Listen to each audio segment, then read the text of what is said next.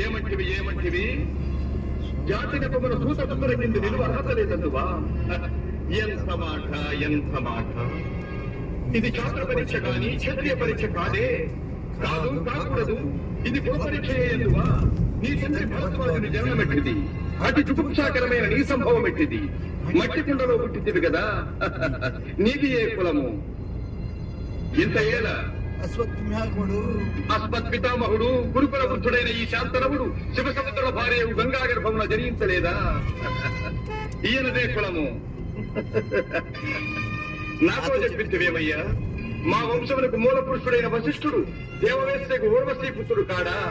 అతడు పంచమజాతి కన్య అయిన అరుంధతి ఎందు శక్తిని, ఆ శక్తి చండాలంగన ఎందు పరాశరుని, ఆ పరాశరుడు పల్లెపడిచైన మత్స్యగంధి ఎందు మా తాత వ్యాసుని, ఆ వ్యాసుడు విధవరాండ్రైన మా పితామహి అంబికతో మా తండ్రిని, పితామహి అంబాలికతో మా పినతండ్రి పాండురాజును, మా ఇంటి దాచితో ధర్మ నిర్మాణ చరుడని మీచే కీర్తించబడుతున్నా ఈ విదురదేవుని కనలేదా?